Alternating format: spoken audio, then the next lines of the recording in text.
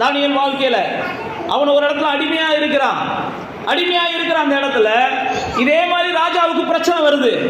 ராஜாவுக்கு பிரச்சனை வந்த உடனே பைபிள்ல போட்டிருக்கு, இதே பிரச்சனையில ராஜா என்ன செய்யறான், எல்லாத்தையும் கூப்பிட்டு வந்துட்டு ராஜா ஒரு வார்த்தை சொல்றான். என்ன சொன்னா, சொப்பனத்தை நான் சொல்ல மாட்டேன், நீங்க எல்லாம் பெரிய ஞானிகளாச்சே.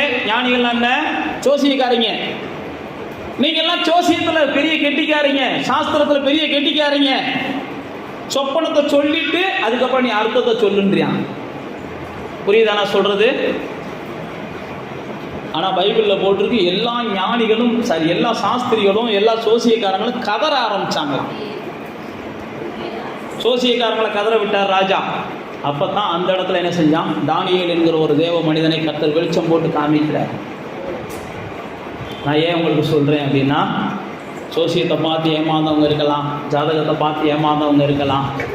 ஆனால் நான் மறுபடியும் சொல்லுகிறேன், தேவனை பார்த்து ஏமாந்தவங்க தோற்று போனவங்க யாருமே இருக்க முடியாது. அதனால தான் நான் உங்களுக்கு சொல்லுகிறேன், தானியேலை தேவன் என்ன செஞ்சார், அந்த இடத்துல விசேஷப்படுத்தினார். தானியேலை எல்லா பிரதானிகளுக்கும் மேலாக வைத்தார். அப்போ தேவ பிள்ளைகளாகிய நமக்குள்ளே ஒரு நிச்சயம் இருக்கணும், நான் பலவான். நான் யாரு? பலவான். இனி நான் பலவீனன் கிடையாது.